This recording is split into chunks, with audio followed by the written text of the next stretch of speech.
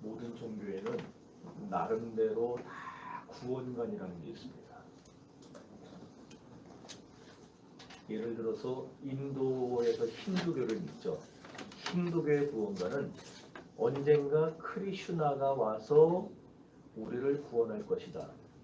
거기 그 주어만 바꾸면은 틀린 게 없어 보여요. 언젠가 주님이 와서 우리를 구원할 것이다. 언젠가 크리슈나가 와서 이 땅을 구원할 것이다. 또 페르시아 조로아스터교 들어봤죠?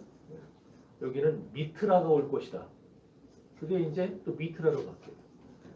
이집트는 오시리스가 와서 구원할 것이다. 노르웨이는 발드르가 와서 구원할 것이다. 다 이렇게 자기들이 믿는 신이 언젠가 와서 우리를 구원할 것이다. 이런 구원관이 다 있는데, 근데 참 그들의 구원관을 이따 얘기하겠지만 우리의 구원관하고 들어가 보면은 너무 이게 뭐 본질적인 차이가 납니다. 그거는 이제 좀 이따 얘기합시다. 그런가 하면 이슬람교는 여러분 테러를 정당화합니다.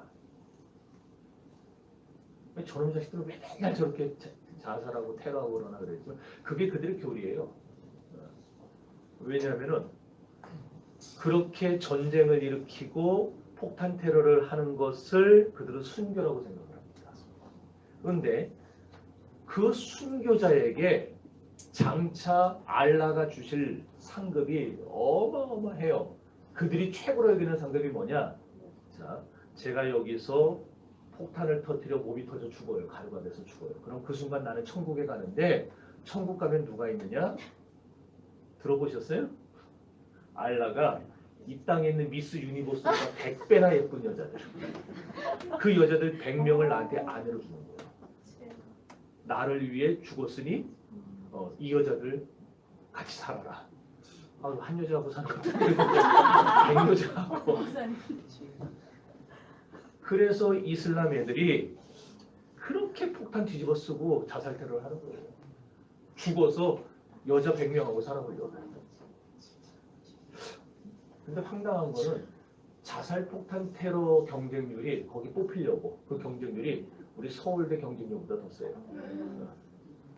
거기 한번 뽑혀보려고. 이 땅에서 어차피 소망이 없어요.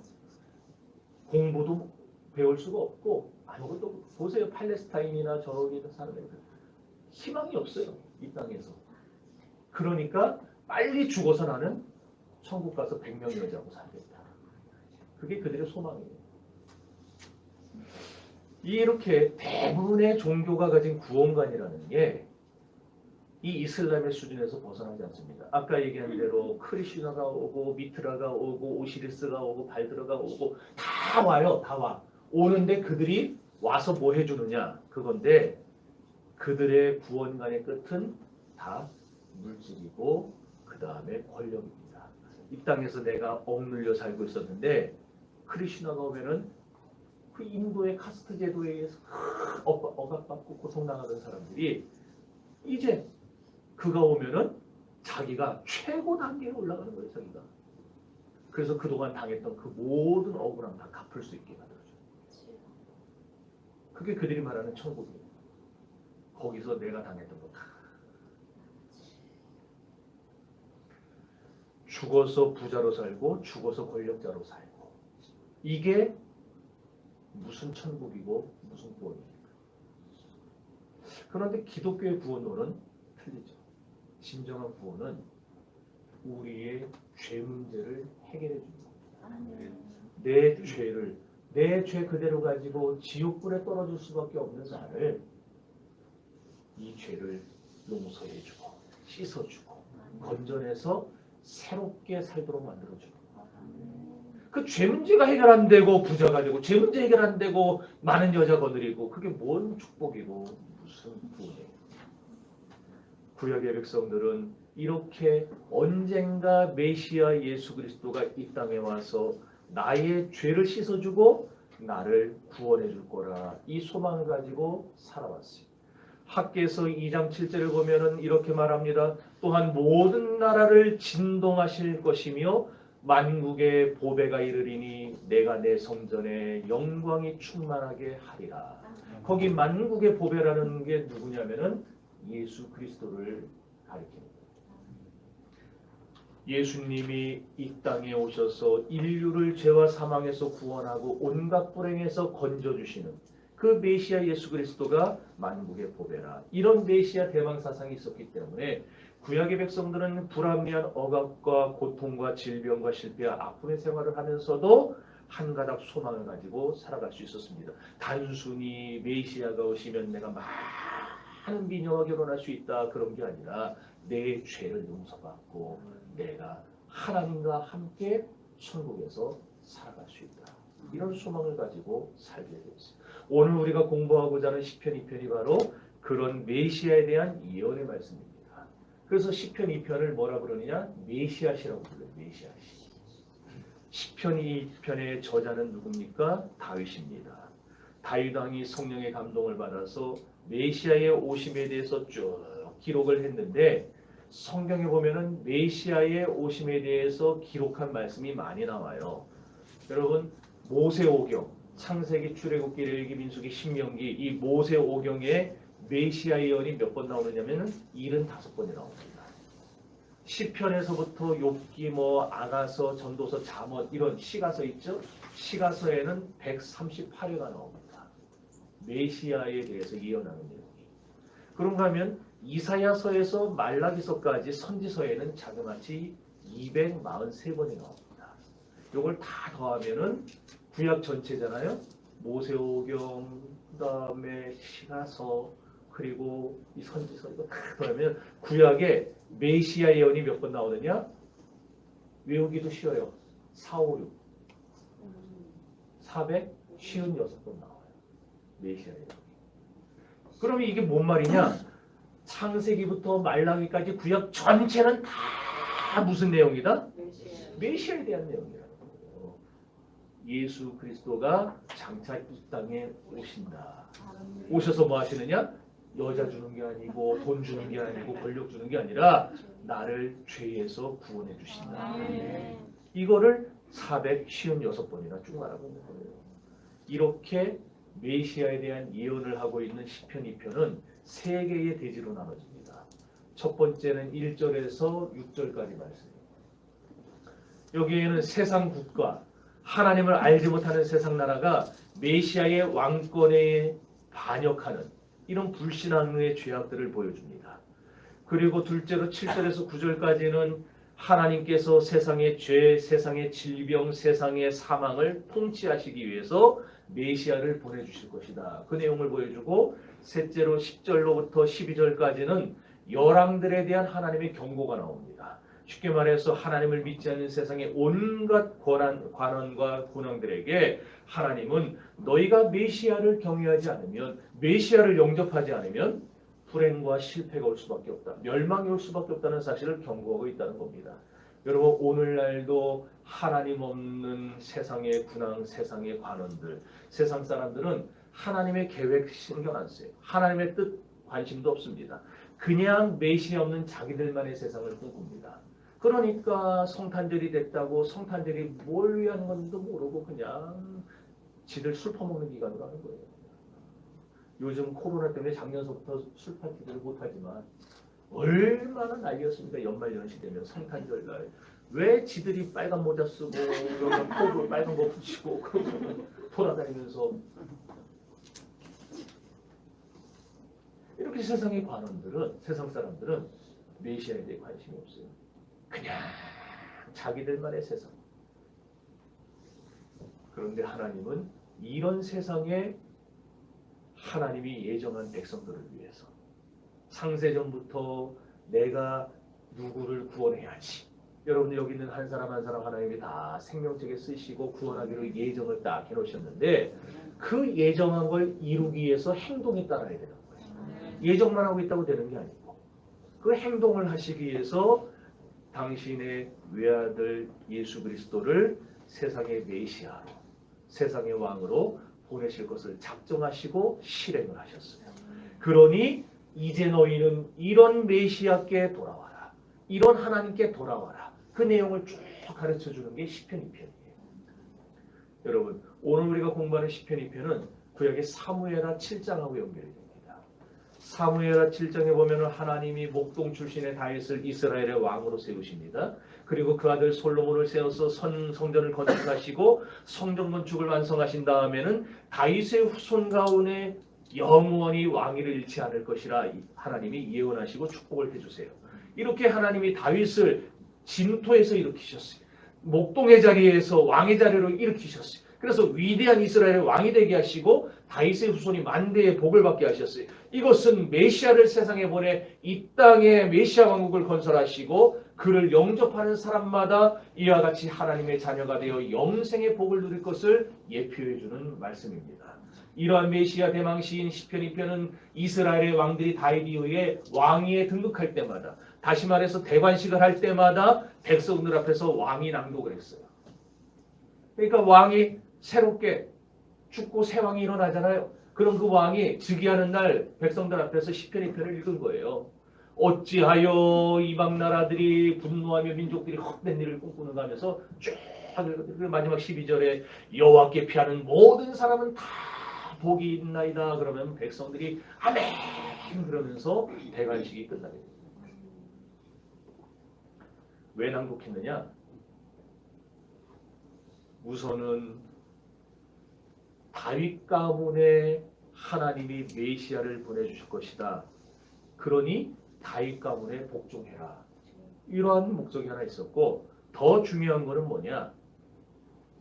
하나님이 지금 나를 왕으로 세우셨지만, 왕이 오르는 건 나지만, 그러나 궁극적으로 다윗의 후손 가운데 오실 메시아 그리스도만이 진짜 우리의 왕이다. 그분만이 우리의 주인이고 하나님의 정통성을 가진 메시아다. 이걸 가르쳐 주기 위해서 왕들이 대관식 때마다 이거를 읽었다는 거예요. 여러분, 구약은 예언의 말씀이고 신약은 성취의 말씀이라고 합니다. 다른 말로 하면 구약은 뿌리고 신약은 열매예요. 구약은 그림자고 신약은 실체입니다. 그래서 시편 2편에 보면은 쭉 기록해 가고 있는 것들이 그런 관점에서 보면은 뭘로 보이느냐? 아, 이게 다 예수님에 대해서 말씀하고 있는 거구나. 예수님의 오심에 대해, 예수님의 사역에 대해, 예수님의 죽으심에 대해, 예수님의 부활에 대해, 예수님의 영광의 재림에 대해 쭉 기록하고 있는 거예요. 시편 2편이. 그래서 이걸 이제 우리가 공부해 나가야 되는데 1절부터 3절까지가 우리가 주목해야 될 부분입니다. 1절부터 3절까지 먼저 주목해야 되는데 읽어봅시다. 시작. 어찌하여 이방 나라들이 분노하며 민족들의 혼란지를 부리는가. 세상에 하나님께 나타나며 하나님께서 어찌하여 여호와의 이름을 부르는 우리가 그들의 되는 것을 듣고 그의 결과를 가져버리자. 아멘. 무슨 내용이에요? 메시아 그리스도께서 이 세상에 오실 때에 메시아의 출현을 반대하는 세력들이, 적대 세력들이 극성을 부릴 거다. 그 얘기예요. 실제로 예수님이 세상에 오셔서 복음 전하던 때를 떠올려 보세요. 상상을 해보세요. 유대 나라의 지도자들, 대제사장, 제사장, 서기관, 바리새인, 그 다음에 사두개인들 할 것 없이 그 땅에서 조금이라도 뭔가 기득권이 있었던 사람들, 모든 관원들이 다 어떻게 합니까? 똘똘 뭉쳐가지고 예수님을 반대해요. 예수님을 죽이기로 합의를 해요. 이게 세상의 관원들의 모습. 마찬가지. 오늘날 우리가 하나님의 말씀을 붙들고 영적으로 우리가 바로 서려고 하면은 세상은 반드시 거기에 반대하는 세력이 일어납니다. 그리고 마귀가 꼭 우리를 건드려요. 은혜 좀 받으려고 하면은 마귀가 와서 그냥 팍팍팍 해서 다 빼먹어요. 이게 오늘 1절에서 3절까지가 보여줍니다. 그래서 시편 기자는 이렇게 이방 세력이 출몰할 것인데 그들을 하나님이 어떻게 심판할 것이냐, 이걸 우리가 보여주는 거예요. 여러분, 주님이 핏값으로 세운 교회입니다. 정신교회만이 아니라 여기 뒤에 옆에 있는 교회들도 다 주님이 핏값으로 세운 교회들이에요. 그 교회들이 부흥하려고 하고 그 교회들이 다 바르게 서려고 하면, 이 안에서 회개운동이 일어나려고 하면 꼭 말도 안 되는 비난과 불평이 나오기 시작합니다. 그래서 우리가 조심해야 돼요. 지금 우리 교회가 이제 2년의 세월이 지나면서 저하고 여러분의 허니문이 끝나가요.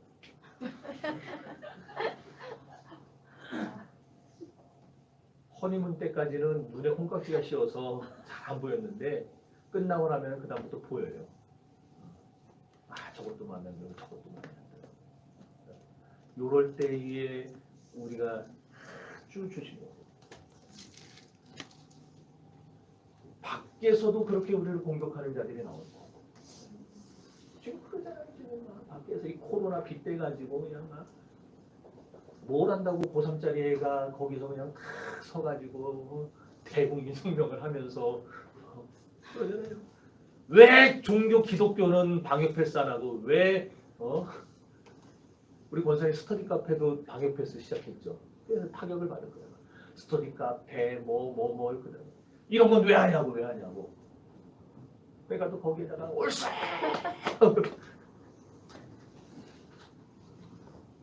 교회 하라는 거예요. 교회도 방역 패스에서 4명 이상 못 들어가게 만들려고.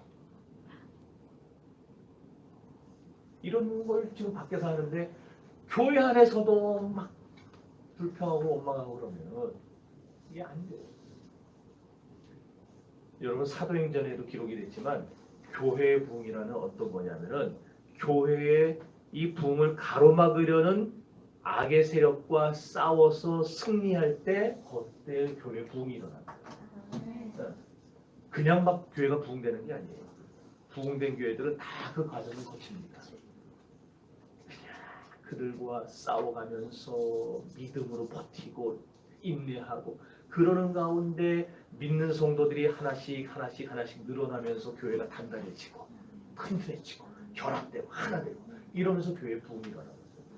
여러분 그래서 우리 교회가 부흥을 꿈꾸셔야 됩니다. 단순히 사람 많아지는 걸 말하는 게 아니에요.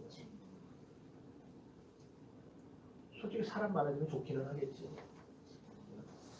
할일도 많으니까. 그런데 어중이 떠중이 다 많아져 봐야 소용없습니다. 우리 교회에 하나님이 보내시는 사람들, 성령의 인도를 받는 사람이 되어야 되고 구원의 감격을 회복한 사람들이 되어야 되고 우리 정신교회 다니는 성도들은 다 그리스도의 향기를 뿜어내는 성도들이 되어야 돼요. 그렇게 사람들이 구원받은 자의 수가 날마다 더해지는 것. 이것이 진짜 부흥이에요. 그래서 이런 교회가 될 때 우리 교회의 예배가 진정한 예배가 되고 진정한 교회가 되고 요즘에서 제가 찬양을 하나 탁 하려고 했어요. 근데 시간상 오늘 설교가 조금 지난주보다 길 수가 있어요. 왜냐하면은 제가 준비를 해보니까 너무 길어요. 그래서 이걸 반으로 딱 줄여서 해보려고 또 너무 짧아요. 또 애매해가지고 고민하다가 막 치고 해가지고 줄였는데 그래도 조금 몇 분 차이에요. 잠시고. 그런데 다음번부터 좀 짧게 하는 게 좋을까요? 길면 잘라가고 짧게 하는 게 좋을까요? 약간 길어도 그냥 한 방에 다 끝내는 게 좋을까요? 적당. 어떻게 적당? 짧게 잘라서 짧게. 상관없는데. 그러면 하시고 싶은 대로 하세요. 그래도 저는 이렇게 다 성도들의 알겠습니다. 자, 이제 한번 따라합시다. 어찌하여 열방이 분노하며 민족들이 허사를 경영하는 곳. 여기 히브리 말에 어찌하여라는 말이 람마라는 말이에요.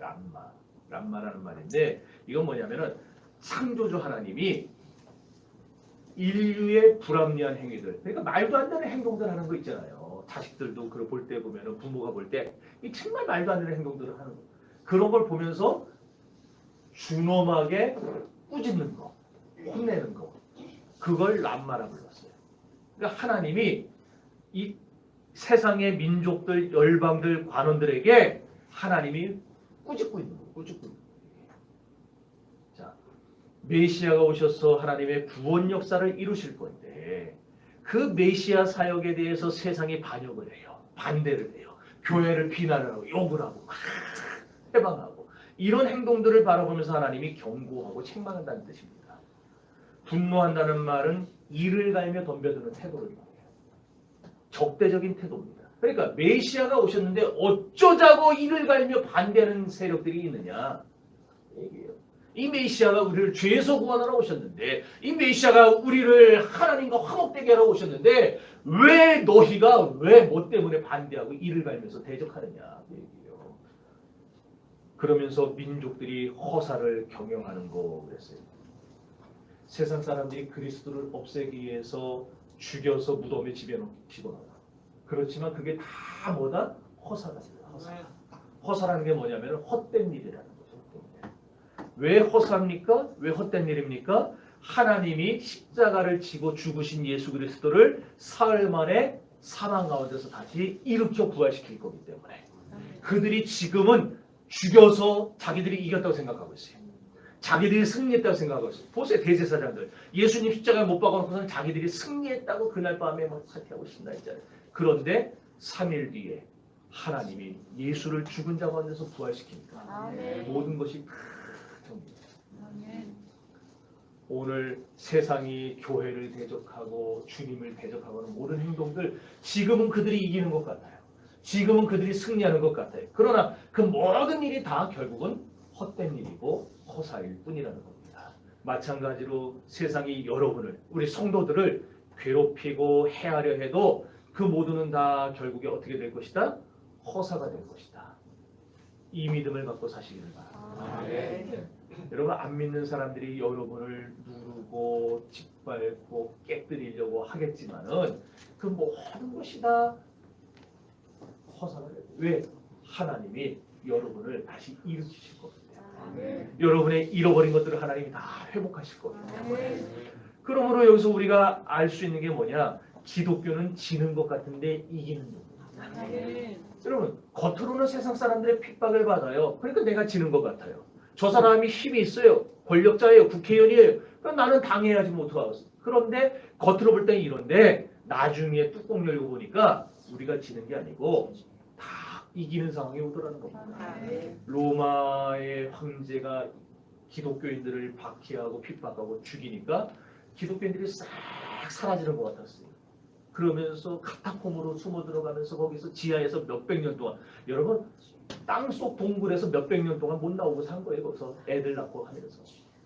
그래서 다 말살시켰다. 기독교를 씨를 말렸다 생각했는데 330년이 지난 후에 뚜껑을 딱 열어보는 거 어떻게 해요?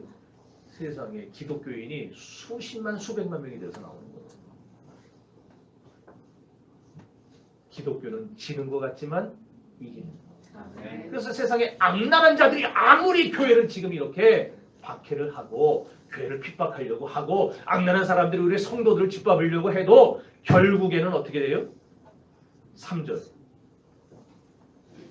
시작. 이 말은 또 뭐냐면은 그 맨 것과 결박은 뭘 가르치냐면 진리의 말씀을 가르쳐요. 그러니까 오늘 우리가 가지고 있는 성경 말씀. 그러니까 뭐냐면은 하나님은요 말씀으로 성도를 이렇게 묶습니다. 그래서 그 말씀의 제어를 받게 하고 말씀대로 살아가게 만들어요. 그래서 애들에게 무거운 어른 양복 입혀놓으면은 거추장스러워서 벗으려고 하겠죠. 그 맨 것을 벗어버리려고 해요. 그런데 그것이 딱 그냥 그렇게 자꾸 틀을 만들어가고 제어하고 거기에 순응하며 가다 보면 나중에는 그 어린아이도 하나님이 이렇게 생각하시는 그 자리까지 오게 돼요. 지금 그걸 말하고 있는 거예요. 이걸 세상 사람들 벗어버리자. 예수 믿는 사람들 중에서도 연약한 사람들 벗어버리자. 그러지만 하나님은 그런 사람들을 볼 때에 그 결박을 벗어버리자. 맨 것을 끊어버리자. 말씀도 필요 없다. 교회 예배도 필요 없다. 그냥 우리끼리 뭐 하자. 이런 사람들은 그런 사람들은요. 말씀을 전해도 부담스러워합니다. 듣기 싫어합니다. 겉으로는 얌전하고 교양이 넘쳐요. 그런데 말씀 자리를 자꾸 뛰쳐나가야 돼요. 안 들으려고 해요.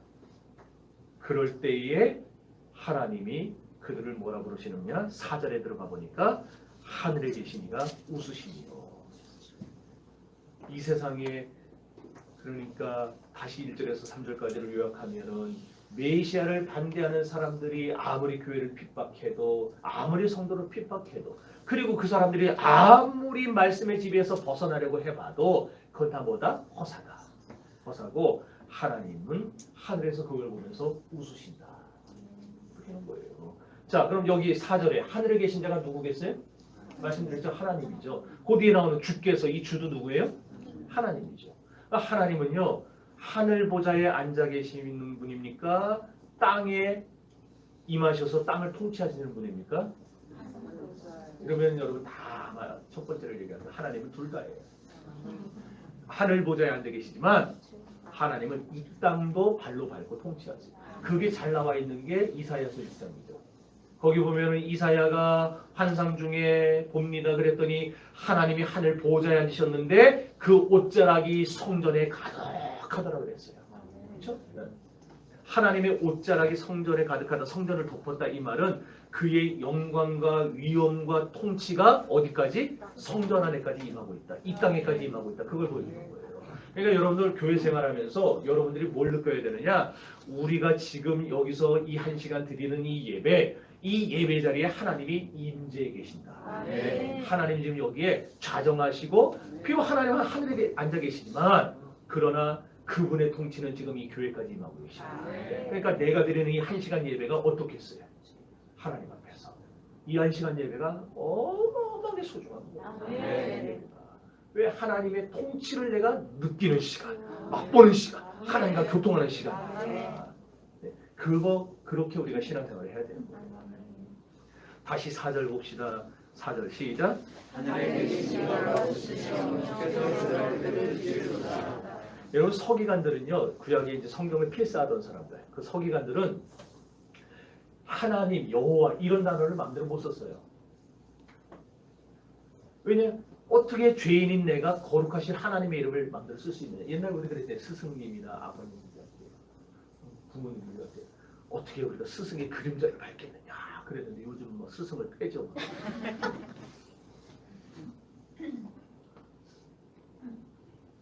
서기관들은 하나님의 이름을 못 불렀어요. 그래서 하나님이라는 이름이 나올 때마다 바꿔놨어요. 이름을 바꿨어요. 왜 그런 짓을 했나 몰라요. 그래서 뭘로 바꿨냐면은 아도나이 들어보셨어요? 아도나이라는 말을 바꿨어요. 이 뜻이 뭐냐면 주여, 주님 이런 뜻이에요. 이게 나중에 저기로 가면 헬라어로 코바디스 뭐 그거 할 때 도미네 이런 거 있죠. 아시죠? 들어봤지만 그런 걸로 바뀌는데 주여 이 말은 아도나이라는 말은 만물의 소유자라는 말이에요. 우주 만물을 통치하는 통치자라는 말이에요. 그러니까 하늘에 계신 하나님은 어떤 분이냐? 우주 만물을 통치하는 주인이다. 그런데 그 주인이 지금 비웃으신다. 그 얘기예요. 그럼 누굴 보고 비웃겠어요? 1절에서 3절에 나타난 열방들, 세상 사람들, 하나님을 대적하는 사람들, 예수 그리스도를 핍박하고 교회를 핍박하는 사람들, 성도를 박해하고 성도를 억울하게 만드는 모든 자들, 이런 자들을 하나님이 하늘에서 보시면서 보고 웃으시는 거예요. 그러면서 우리가 제멋대로 살려고 할 때 제 맘대로 그냥 막 타락하고 음란하고 폐역하며 살아가려고 할 때 하나님이 그런 사람들을 보면서 네 맘대로 살아봐라. 그렇게 웃으신다는 거예요. 그런데 4절에서 12절까지를 보면은 가장 자주 많이 나오는 문장이 하나 있습니다. 혹시 여러분들이 발견할 수 있을까 모르겠는데 내가 이렇게 했다라는 문장이에요. 6절에 보면은 내가 이렇게 했다. 뭔 말이에요? 내가 세웠다. 나오죠? 7절에 내가 낳았다. 나와요. 그 다음에 8절 보면 내가 열방을 유업으로 네게 주겠다. 그러니까 이게 다 뭐 어쨌다는 건가? 여러분 내가 하나님이 이렇게 너에게 해주겠다라는 하나님의 약속이 없다면은 우리는 구원의 백성이 될 수도 없고 행복한 인생을 꿈꿀 수도 없어요. 하나님의 약속을 기반으로 해서 우리가 신앙생활을 해나가는 거예요. 네. 그래서 이 문장을 히브리 성경에서 보면은 강조하는 문장으로 되어 있어요. 아주 강조합니다. 왜 강조하겠어요? 중요하니까. 그만큼 중요하니까 강조를 하는 거죠. 그러니까 내가 이렇게 하겠다는 말 속에는 우리를 향한 하나님의 행동이 들어있고 하나님의 복음이 들어있고 하나님의 구원이 들어있고 하나님의 축복이 들어있는 거예요. 이걸 반드시 알아야 된다. 이거를 성경이 우리에게 강조하고 있다. 그 말입니다. 그럼 하나님은 우리를 위해서 무슨 일을 하시고 무엇을 계획하시고 무엇을 실행하시는가. 2절을 다시 보면 거기 기름 부음 받은 자라는 말은 메시아라는 말입니다. 히브리 말이 메시아예요. 그게. 또 헬라 말로는 그리스도예요. 우리가 예수 그리스도라고 할 때 기름 부음을 받은 예수님 말하는 거예요. 그러면 자 여러분 여기 들어있는 게 물이에요. 물. 이걸 근데 기름이라고 생각을 해보세요. 바꿔보세요. 기름이에요. 구약에 제사장이 소의 뿔을 다듬어요. 소 뿔 있잖아요. 그걸 다듬어서 그 속을 파가지고 바짝 말려가지고 그걸 앞으로 역청을 칠하고 그 안에다가 감람유, 올리브유를 가득 채워요. 그리고 그걸 가지고 가서 마이크를 쓰면 갖다 놓으라고 하는데 그걸 가지고 아유 그걸 가지고 가가지고 하나님이 이 사람에게 기름을 부어라. 그런 사람에게 가서 기름을 이렇게 부어요. 그 기름을 왜 붓느냐? 이건 구약시대의 독특한 위임식 방법이었어요. 그러니까 하나님이 어떤 사람한테 사역을 맡기면서 기름을 붓는데 기름을 붓는 그 행동을 뭐라고 하냐면 성령이 임하는 걸로 봤어요. 그래서 성령이 내게 임하셔서 하나님의 영이 임하셔서 나에게 그 일과 직분을 행할 수 있는 능력을 주신다. 힘을 주신다. 이렇게 구약시대에는 생각을 했어요. 그래서 기름을 부었어요. 구약시대에는 기름을 붓는 직분이 세 가지가 있었습니다. 하나는 왕, 또 제사장, 선지자. 아 잘하시네요. 무한공개 다행이네. 이 셋. 자, 그럼 하나님이 이렇게 기름을 그들에게 부을 때 내가 너에게 위임했다. 내가 너에게 그런 일을 할 수 있는 자격을 주었다. 내가 너에게 필요한 은사를 다 주었다. 그런 뜻이에요. 이렇게 하나님은 우리에게 직분을 주실 때에 여러분 지금 장로, 권사, 집사로 세워졌는데 그 직분을 주었다는 것은 뭐냐? 하나님이 내가 그 일을 할 수 있도록 내게 힘 주셨다. 내게 능력 주셨다. 내게 하나님 필요한 모든 것을 다 자격을 내게 주셨다. 그 말이에요. 그리고 또 하나는 그렇게 기름을 붓고 나면 나는 뭐가 되느냐? 성별되는 거예요. 구별되는 거예요. 그래서 기름을 붓고 나는 사람들, 아까 얘기한 대로 왕과 제사장과 선지자들, 이 사람들은 구별되어 살았어요. 똑같이 전처럼 막 산 게 아니고 기름을 붓고 나면은 구별되어 살았어요. 그걸 조금 더 심화시켜 보여준 게 나실입니다. 시체도 안 만져, 뭐 그냥 과부하고 결혼도 안 해. 그런데 이 신약에 들어가면 이렇게 왕과 제사장과 선지자에게 기름을 부었는데 이것이 다 한 분에게로 집중이 됩니다. 누구에게로? 그리스도께로 집중합니다. 그래서 이걸 신학적으로 말하면 그리스도의 삼중직이라고 불러요. 그리스도께는 왕직도 있고 제사장직도 있고 선지자직도 있어요. 그래서 보세요. 예수님이 이 세상에 계실 때 대제사장으로서 친히 하나님의 어린 양이 되셔서 십자가에 죽어주세요. 피를 흘려주세요. 그래서 우리의 죄를 단번에 씻어주십니다. 그건 대제사장으로서 제사장으로서 하신 거예요. 그 다음에 예수님이 십자가에서 죽으실 때에 다 이루었다 했는데 이건 하나님의 구원을 완성했다. 하나님의 사명을 완성했다는 말이고 여러분 여기서 또 하나 더 얘기할게요. 우리는요 미완성의 종교가 아니고 완성의 종교를 믿습니다. 지금 막 내용이 기니까 졸립죠? 따뜻한 바람도 오고. 우리는 세상에 미완성된 종교를 믿는 그런 사람들이 아니고 완성된 종교를 믿는 행복한 사람들이라는 사실을 아시기를 바라요. 예를 들어서 불교는 맨날 돌기만 해요. 돌기만 해요. 이내만 하죠. 맨날 이거 태어났다 저거 태어났다 저거 태어났다 돌아. 억겁을 넣어요. 억겁. 그 억겁이 얼마예요? 몇 천만 년 몇 억. 돌기만 해요. 완성이 안 되는데 그걸 완성해 보겠다고 자기네 교리가 그건데 완성해 봤을 때 벽만 쳐다보고 수도하는 거예요. 면벽 수도. 그리고 무건 수행하고. 그런다 완성이 됩니까? 자기네 출발 자체가 맨날 도는 건데. 근데 기독교는 직선적 역사가 아니에요. 창조가 있으면 종말이 있고 하나님의 심판이 있으면 구원이 있고. 제가 지금 하는 말이 어떤 분들 들을 때는 차별다 그렇게 느끼시는 분들이 있을 거예요. 하도 세상에 차별금지돼요. 불편하신 분들이 있어요. 제가 차별금지법이 통과되면 이런 말 못합니다. 누가 신고하면은요 벌금을 엄청나게 내요. 3천만 원씩 내요. 그래서 처음에는 불교하고 천주교하고 기독교만 핀셋 공격하는 법안인 줄 알고 그쪽에서는 찬성했어요. 차별금지를 맨 처음에는. 그런데 자기들도 시간이 들면서 연구를 할 거 아니에요. 차별금지법을. 자기네 불교에는 어떤 뭐 불이익이 있을까, 천주교는 어떤 게 있을까 했더니 이게 기독교만 공격하는 게 아니고 모든 종교를 씨를 말리려고 하는 거예요. 그래서 불교에서 그런 말 많이 쓰죠. 대자대비하신 부처님 쓰죠. 네. 그거 쓴 거를 만약에 누가 왜 부처만 대자대비하냐, 정도령도 대자대비하냐 이렇게 딴지 걸면은 그 절도 그 주지가 3천만 원을 내야 돼요. 또.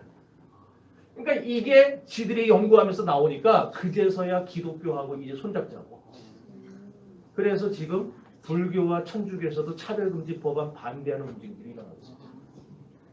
그렇게 처음에 기독교가 그걸 폐악을 알고 막아야 된다고 할 때는 팔짱 끼고 잘 됐다. 기독교 잘 됐다.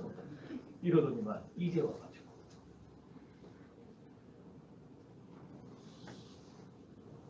그냥 머릿속에서 치우셔도 될 겁니다. 예수님은 선지자처럼 또 회개하라 천국이 가까웠다 선포하셨어요. 선지자들이 맨날 와서 한 게 그거잖아요. 회개하라 회개하라 회개하라 꾸짖고 책망하고 예수님도 회개시키고 책망하고 그 일을 하셨어요. 그리고 예수님은 만왕의 왕이 되셔가지고 마태복음 14장에 보면은 바람과 바다가 막 풍랑을 일고 난리를 칠 때에 예수님이 어떻게 하세요? 잔잔하라. 그러니까 바람과 파도도 잔잔해졌다. 그러니까 만왕의 왕, 인간의 왕이 아니고 온 만물의 왕이 되신 예수님이 명령하니까 자연계도 순종하더라. 이걸 보여주고 있는 거예요. 그리고 귀신에게 나가라 그러면 귀신이 벌벌 떠면서 나갔어요. 이렇게 예수님은 제사장, 선지자, 왕 이 모든 직분을 다 가십니다. 그래서 우리는 이렇게 모든 권세를 다 가진 주님을 의지하고 일을 해야지 내가 내 힘으로 뭘 해보겠다고 하면 되겠어요? 안 되겠어요? 안 되는 거예요. 그러니까 여기 사업하시는 분들도 직장 다니시는 분들도 조금 무슨 일이 생기고 어려움이 있을 때에 여러분이 막 하려고 하지 말고 이 모든 걸 다 해결해 줄 수 있는 왕이요 제사장이요 선지자이신 주님의 힘을 의지해서 하셔야 돼요. 그럼 주님이 그것을 다 여기서 이 짝으로 옮겨주시듯이 하나님이 옮겨주시고 회복해주시고 고쳐주실 겁니다. 믿습니까? 자, 6절 이제 읽어봅시다. 시작.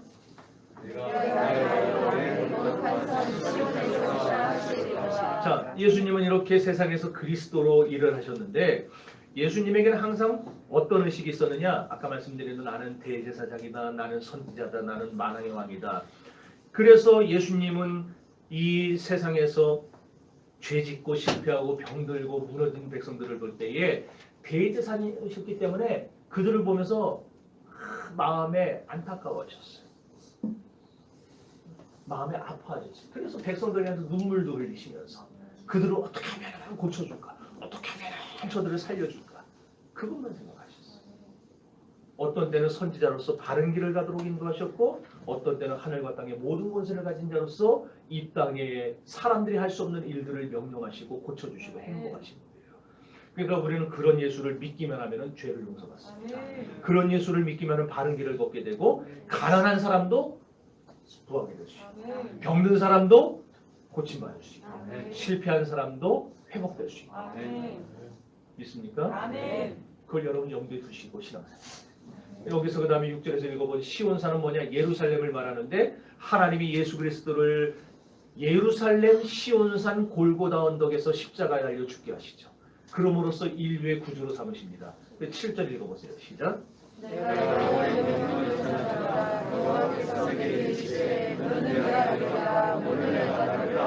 창세기 22장에 보면 아브라함이 자기 아들 이삭을 모리아산에서, 이 모리아산이 시온산이에요. 골고다 언덕. 거기서 제물로 바쳐 죽이려고 칼을 탁 대는데 그때 어떻게 합니까? 천사가 아브라함아 멈추라고. 그래서 칼을 못 대게 못 죽이게 뜯어 말려요. 아브라함이 아들을 죽여서 번제로 바치려고 했던 것처럼 하나님은 죄와 사망에 빠진 나를 구원하기 위해 독생자 그리스도를 십자가에 매달아 죽이셨다. 그러므로 오늘날 내가 너를 낳았도다 이 말에는 두 가지 의미가 들어있어요. 하나는 나를 위해 나의 죄를 대신해서 십자가에 달려 죽으실 그리스도를 보냈다는 의미고, 또 하나는 십자가에 죽은 예수를 사흘 만에 부활의 능력으로 다시 살리셨다는 의미예요. 이렇게 이 구절에는 예수님이 장차 이 세상에 오셔서 나를 위해 죽으실 것과 그분이 사흘 만에 부활하실 그 부활의 내용이 예언되어 있는 말씀이에요. 그래서 이 7절 말씀에서 우리가 깨달아야 될 것은 뭐냐? 아까도 얘기했듯이 기독교는 불완전한 종교가 아니요 완전한 종교다. 여러분, 기독교는 죽음의 종교이기도 하지만 또한 부활의 종교입니다. 계속의 죽음만을 강조하는 종교가 아니라 사망에서 생명으로 옮겨가는 부활을 강조하는 부활의 종교라는 사실을 믿으시기 바래요. 그러니까 여러분들이 부활신앙이 있으면 어떻게 되겠어요? 자, 사업이 불어났어요. 실패했어요. 그럼 포기하고 그냥 확 죽어버리고 끝납니까? 아니요. 부활신앙이 있으면 다시 일어나게 돼요. 하나님을 의지하고 하나님 다시 일어나게 해주세요. 하나님이 그를 일으켜 주시는 거예요. 자식이 아프고 문제가 있고 그럴 때 하나님 그냥 포기해버려요? 아니에요. 하나님 돌아오게 해주세요. 우리 아들 우리 딸 하나님 회복시켜주세요. 돌이켜주세요. 그 하나님이 그 부활신앙으로 다시 회복시켜주시는 거예요. 망해도 다시 일어날 수 있고 넘어져도 쓰러져도 다시 일어날 수 있고. 왜? 부활신앙이 우리에게 있기 때문에. 할렐루야. 여러분들 부활신앙 놓치지 마세요. 자, 이제 8절 읽어봅니다. 시작. 내게 구하라. 네가 원하는 내 이름으로 부르시니 내 손과 같이 되리라. 아멘. 여기 보니까 내게 구하라, 하나님께 구하라는 거예요. 구하면 어떻게 하느냐? 부활하신 예수님, 이게 원래 1차적인 의미는 뭐냐면은 부활하신 예수님께 천하만국의 소유권을 넘겨준다는 의미인데, 2차적으로는 우리에게도 하나님 구하라. 구하면은 그 모든 능력을 가진 주님이 우리에게도 응답하시고 역사하실 것이다. 그러니 여러분들, 모든 이 세상의 만물이 다 누구 거냐? 하나님 거예요. 그래서 우리가 그 하나님께 구해야 되는 겁니다. 그러니까 여러분, 기도하셔야 돼요. 뭘 소원하는 게 있으면은 알아서 해주시오.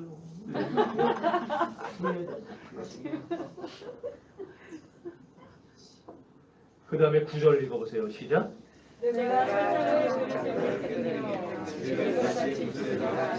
자, 이거는 뭘 지금 다윗이 상상하고 쓴 글이냐면은, 지금으로부터 4,000년 전에 애굽 나라에서는요, 바로 왕이 질그릇, 이건 질그릇이 아니잖아요. 근데 질그릇이라서 다 갖고 왔어야 되는데 거기다가 이름을 써요. 어떤 이름을 쓰냐면은 애굽 주변에 있는 나라들의 이름을 써요. 그러니까 히타이트, 성경에 헷 쪽속 나오죠. 헷. 그 다음에 또 저 옆에 있는 뭐 아수르, 아람 이런 나라들 이름을 써요. 그 갖고 나온 다 그릇들을 왕의 대관식 때, 왕이 즉위할 때 거기다 놔요. 다윗 왕은 즉위할 때 하나님의 율법을 읽었는데 애굽 왕은 질그릇을 갖다 놓고 뭘 했냐면 몽둥이 걸 다 깨뜨리고 그다음 뭘 보여주는 거예요? 애굽의 왕이 가장 강하다. 애굽의 왕이 다 이렇게 모든 나라를 다 깨부술 수 있다. 그거를 강조하려고 그걸 하는 거예요. 지금 다윗이 그걸 염두에 두고 지금 이걸 쓴 건데, 그런데 여러분 보세요. 세상 나라는요 그저 질그릇이나 깨지만 그리스도는 어떻게 해요? 철장 권세를 가지고 죄악을 깨뜨리시는 거예요. 죽음을 깨뜨리시는 거예요. 하나님의 원수들을 남김없이 깨뜨리시는 거예요. 비교가 아니에요. 여러분, 이름 써놓고 그릇이나 깨뜨리는 인생 되고 싶으세요? 세상 권세를 깨뜨리시는 주님을 붙잡으세요. 그럼 그 주님의 능력이 내 능력이 돼요. 주님의 은혜가 내 은혜가 돼요. 우리 주님은 마지막 날 이 철장으로 만국을 다스리실 겁니다. 만국을 깨뜨리실, 그게 요한계시록에 나오잖아요. 만국을 깨뜨리실 거예요. 그 주님을 바라보면서 여러분 오늘 하루도 신앙으로 살아가시기를 바랍니다. 그러니까 내 힘으로 이기는 게 아니에요. 바로는 지 힘으로 이기는 건 줄 알았어요. 그러니까 지가 깼지. 근데 우리는 누가 깨요 지금? 뇌가 그랬어요. 뇌가. 너가 누구예요? 예수 그리스도예요. 그러니까 우리의 힘으로 깨뜨리는 게 아니에요. 주님의 힘으로 깨는 거예요. 여러분 착각하면 안 돼요. 내게 하나님 뭐 돈, 물질 주시고 능력 주시고 사람 주시고 그래서 내가 뭘 해보는 거 그거 아니라 다 하나님이 하시는 거예요. 주님이 하시는 거예요. 우리는 쫓아간다는 거. 표대 보고 그냥 표대만 향해서 쫓아가면은 주님이 다 알아서 홍해도 갈라주시고 다 알아서 미디안 군사도 죽여주시고 다 정리해 주시는 것이지 우리가 하는 게 아니에요. 우리가 해보려고 하면요 정욕도 못 이겨요. 다 넘어져요. 물질에 대한 욕심도 못 이겨요. 돈 있는 거 딱 보면 그거 먹을까 말까 먹을까 말까 딱 먹었다가 다 걸리잖아요. 물질도 못 이겨요. 이성에 대한 욕심도 못 이겨요. 세상 명예에 대한 욕심도 못 이겨요. 그게 우리. 그러나 주님이 철장원세로 정리해 주시는 날 우리는 주님의 승리를 내 승리로 맛보게 될 겁니다. 그러니까 주님만 붙잡고 사세요. 자꾸 죄의 유혹이 오고 죄의 생각이 오면 여러분들 예수 그리스도의 이름으로 대적하고 물리쳐야지. 한마디로 우리는 누구 붙잡아야 된다? 예수님. 예수님. 자 10절 시작.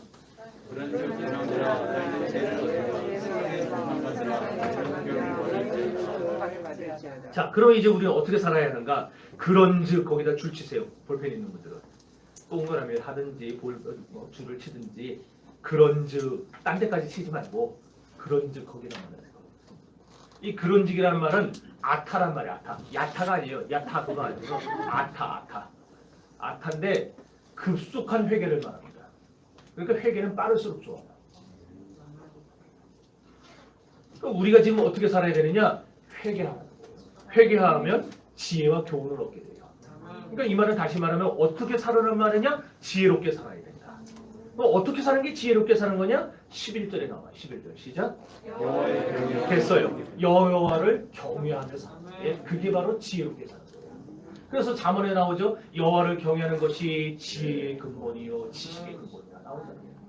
여러분 하나님을 경외하는 예수 그리스도를 경외하는 것이 지혜롭게 사는 것이고 그렇게 지혜롭게 사는 것이 우리 그리스도인들이 살아가야 될 삶의 방식이라는 겁니다.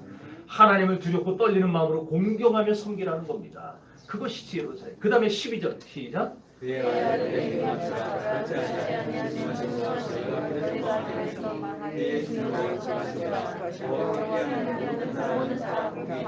아멘. 그 아들의 입 맞추라 그랬어요. 오늘 제가 그냥 팍팍팍 나가는데 지금 다 빼고 일을 하세요. 자 여기 입 맞추라는 말은 키스라는 말이 아니에요. 영화 같은 거 보셨죠? 왕이 뭐 신하가 이렇게 와서 딱 인사할 때 이러잖아요. 그럼 뭐 하라는 거예요? 여기다가 키스하라는 거예요. 여기다가. 구약 시대에는요 고대 근동에 키스 방법이 두 가지예요. 신하나 백성들이 하는 키스 방법. 왕한테 어떻게 입에다 대고 키스하고 있어요. 두 가지인데 하나는 손에다 하든지 하나는 발등에 하든지. 두 가지. 그럼 발등에 키스하는 건 뭐냐? 나는 당신의 종으로 살겠습니다. 그거고 손에다 하는 키스는 뭐냐? 나는 당신을 경배합니다. 그거예요. 그래서 중세 때 왕들이 나 경배하는지 확인해 보려고 키스하라고 그럽니다. 그러니까 여기서 그 아들의 입맞추라. 그 아들 예수 그리스도에게 입맞추라. 이게 무슨 말이냐? 나는 주님을 경배하면서 살겠습니다. 나는 주님의 종으로 살겠습니다. 오늘 여기 있는 저와 여러분들이 오늘 그 아들에게 입 맞춰야 되지 입을 맞추지 않으면 우리와 주님은 상관이 없어요. 여기 다 입 맞추시기를 바랍니다. 어디다 맞추라고요? 네, 손등에 손과 발 둘 다 맞춰야 돼요. 둘 다 맞춰야 돼요. 그러니까 우리는 항상 어떤 마음으로 살아야 됩니까? 나는 주님의 종이다. 나는 주님을 경배하면서 살아야 요새 이걸 여러분 갖고 사시기를 바래요. 자, 그래서 이제 그런 사람들은 이제부터 사는 것이 누굴 위해서 사는 겁니까? 나를 위해 사는 거예요? 아니죠. 주님을 위해 사는 거예요. 그래서 갈라디아 2장 10절에서 이제 내가 사는 것은 뭐라 그랬어요? 그리스도를 위해 사는 것입니다. 구약이든 신약이든 다 이렇게 하나님께 입을 맞춘 자들은 다 그 고백이 나오는 거예요. 나는 주님의 종입니다. 나는 주님을 위해서 살겠습니다. 이렇게 내가 죽어야 되는데 날 대신해 주시고, 내가 맛볼 고통을 주님이 대신 맛봐 주시고, 내가 흘려야 될 눈물을 주님이 대신 흘려주시고, 내가 흘려야 될 피를 주님이 대신 흘려주시고, 이런 주님이 나의 구주가 되어주셨기 때문에 그 주님을 위해 나는 살겠습니다. 주님 다시 오시는 날까지 나는 주님만을 위해 경배하겠습니다. 주님께만 순종하겠습니다. 그걸 우리 그리스도는 날마다 고백하면서 살아야 되는 거예요. 믿습니까? 그렇기 때문에 우리 그리스도인들은, 적어도 우리 정신교회 성도들은 항상 어쨌든 우리의 말에는 누가 나와야 되느냐? 예수 그리스도만이 앞섭니다. 항상 뭐를 해도 하나님이 하셨습니다. 뭘 해도 하나님이 주셨습니다. 하나님이 축복하셨어요. 하나님께 다 모든 걸 돌리고 주님을 앞세워야 되는 줄로 믿습니다. 예수님이 가는 곳에 나도 가야 됩니다. 예수님이 서는 곳에 나도 서야 됩니다. 이 말은 말씀이 가는 곳까지 가고 서는 곳에 서라는 거예요. 그래서 살아 죽으나 우리 하나님의 영광만을 위해 살아야 돼요. 그게 12절에 나온 뭐냐? 여호와께 피하는 자예요. 피하는 자. 여호와께 피하는 게 도대체 뭐냐 그랬을 텐데 바로 그거예요. 주님이 가라면 가고 서라면 서고, 말씀이 하라면 하고 하지 말라면 안 하고. 왜 그래야 됩니까가 아니라 말씀이 그러니까, 주님이 그렇다 하시니까. 그것이 바로 여호와께 피하는 자예요. 근데 그런 자에게 뭐가 있어요? 마지막에 복이 있다. 따라합시다. 복이 있다. 그러니까 여기 있는 여러분들이 하나님께 피하는 자가 되면 하나님이 뭘 주신다는 거예요? 복을 주시는 거예요. 복을 주시는데 그 복이 뭐냐? 물질의 복도 있을 것이고, 건강의 복도 있을 것이고, 자녀의 복도 있을 것이고, 결혼의 복도 있을 것이고, 능력의 복도 있을 것이고. 아멘 할 때까지 아주 오랫동안 안 했는지. 자, 그렇게 순종하는 자에게, 주님께 피하는 자에게 복이 있는 줄로 믿습니다. 정리합시다. 성도 여러분, 세상 나라는 메시아의 출현을 반대합니다. 끈질기게 대적합니다. 주님, 그뿐 아니라 주님의 교회의 부흥도 막습니다. 비난해요. 그러나 그 모든 시도가 다 어떻다? 허사다. 잘 배우셨네요. 허사다. 기억하고 있네요. 허사예요. 또 진리의 말씀을 끊어버리자, 벗어버리자, 결박을 벗어버리자, 말씀을 부담스러워하고 그러는데 하나님이 그런 사람 보실 때 어떻게 하신다고요? 웃으세요. 여러분, 우리가 하나님 비웃는 사람이 되어야 되겠습니까? 아니면 하나님을 기쁘신, 하나님 정말 좋아서 웃는 그런 웃음을 드리는 사람이 되어야 되겠습니까? 그렇죠. 말을 못하겠어요. 하나님을 기쁘시게 할 수 있는 인생 되시기를 바래요. 또 하나님이 내가 이렇게 해주겠다는 말은 다 뭐냐? 하나님만이 역사의 주관자라는 걸 보여줘요. 그러니까 모든 건 다 누가 하는 거예요? 하나님이 하시는 거예요. 내가 하는 거 있어요? 없어요? 없어요. 내가 하는 것 같아요. 보면은 돈도 내가 내고 내가 봉사도 내가 하고 다 내가 하는 것 같은데, 하나님이 나에게 물질 주셔서 하는 것이고, 하나님이 나에게 건강 주셔서 봉사하는 것이고, 하나님이 나에게 시간 주셔서 말씀 읽는 것이고, 다 하나님이 나에게 주시는 거예요.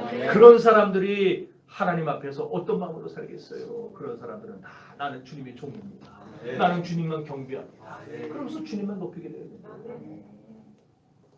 여러분, 그러니 그런 사람들은 주의를 하면서 혹시 조금 안 된다고 해도, 넘어졌다고 해도 실망하고 착 빠지고 이제 망했다 그러는 게 아니라 어떻게 해야 돼요? 부활신앙을 가지고 다시 일어나야 돼요. 여러분, 문제가 있을 때 주님을 의지하고 싶으면 만물의 주인이신 주님이 반드시 제자리로 돌려오실 겁니다. 그러므로 여러분, 우리는 하나님만을 경배해야 됩니다. 하나님만을 순종해야 됩니다. 그렇게 하기로 마음 굳게 다짐한 사람이 바로 어떤 사람이다? 하나님께 피하는 사람이다. 그리고 그렇게 하나님께 피하면 하나님은 이 가정에 여러분에게 물질의 생활, 가정생활, 건강생활, 또한 신앙생활, 회사생활할 것 없이 다 모든 면에 뭘 주세요? 복을 주십니다. 이게 오늘 시편 2편의 전체 내용이에요. 아니 그렇게 짧게 하면 되지 뭐 이렇게 길게 해야 돼요. 이 말씀 통해서 여러분 다 이것만 정리하고 돌아가시면 돼요. 그래서 여러분의 모든 생활에 하나님께 피하기로 작정한 여러분 가운데 주님의 은혜와 복이 넘치기를 주의 이름으로 축원합니다. 자, 이제 우리 통성으로 기도합시다.